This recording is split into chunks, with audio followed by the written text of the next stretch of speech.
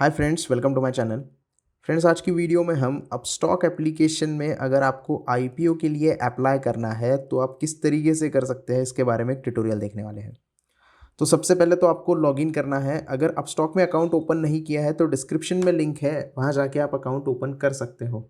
सबसे पहले तो लॉगिन कर देना है। लॉगिन के बाद आपको डिस्कवर के सेक्शन में जाना है। यहाँ पे डिस्कवर में आपको स्टॉक एंड आईपीओ का ऑप्शन मिल जाएगा। उसके ऊपर आप जैसे ही क्लिक करते हो तो इन्वेस्ट इन आईपीओ के सामने व्यू ऑल होगा। यहाँ पे जो अभी करंट आईपीओ चल रहे हैं वो आपको दिखाई देंगे। व्यू ऑल अगर आप करोगे तो जो भी आईपीओ क्लोज हो गए हैं और जो करंट चल रहे हैं और जो अपकमिंग आईपीओज है उसकी पूरी लिस्ट आपके सामने ओपन हो जाएगी। तो आपको क्या करना है कि जो करंट आईपीओ चल रहा है उसमें ही आप अप्लाई कर सकते हो। जैसे कि एरोफ्लेक्स इंडस्ट्रीज का आईपीओ अभी चल रहा है और सनगर्नर का एनर्जीज का आईपीओ अभी चल रहा है। अब यहाँ पे आपको शुरुआत में ही दिखाई देता है कि बिडिंग डेट्स क्या है। आईपीओ में बिड करना होता है तो उसकी डेट्स क्या है वो आपको पता चल जाता है और शेयर की प्राइस क्या है वो यहाँ पे आपको दिखाई देता है। लेकिन अप्लाई करने के लिए उसके ऊपर आपको क्लिक करना होगा। क्लिक करने के बाद आपको पूरा ओवरव्यू दिखाई देगा।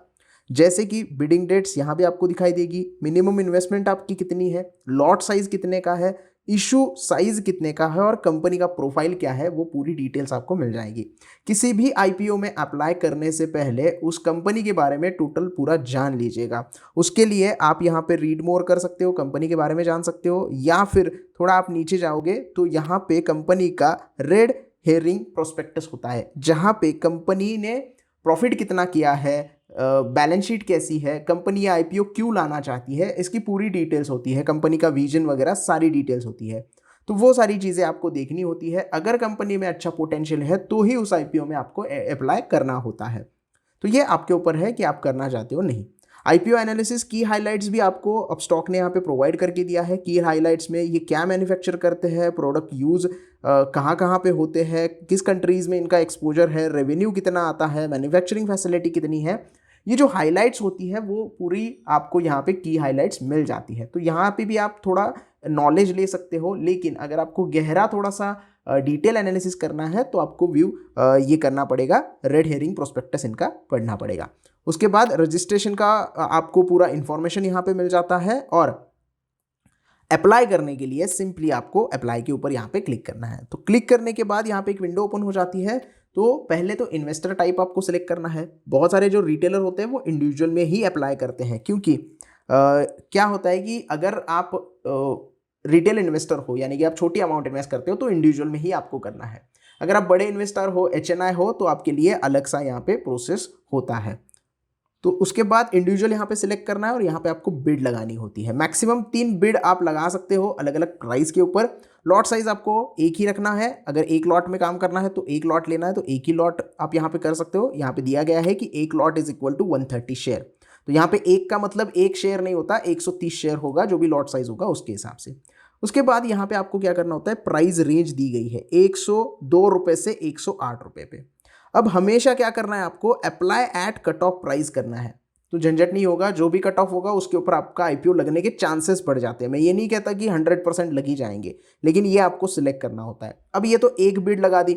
दूसरी बिड अगर आपको लगानी है दूसरे प्राइस के ऊपर तो यहाँ पे अप्लाई कट चेंज कर सकते हो और यहाँ पे प्राइस चेंज कर सकते हो। जैसे मैं यहाँ पे 107 डाल दूंगा, सॉरी ये नीचे आ गया 108। यहाँ पे लॉट साइज तो सेम ही है, तो यहाँ पे हम क्या करेंगे, प्राइस चेंज कर सकते हैं। जैसे कि मुझे 107 रुपये पे बिड लगानी है तो 107 रुपये पे बिड लगा सकते हो और तीसरी बिड भी आप लगा सकते हो। तो तीनों बिड पे अप्लाई कट भी लगा सकते हो आप, कोई दिक्कत नहीं है।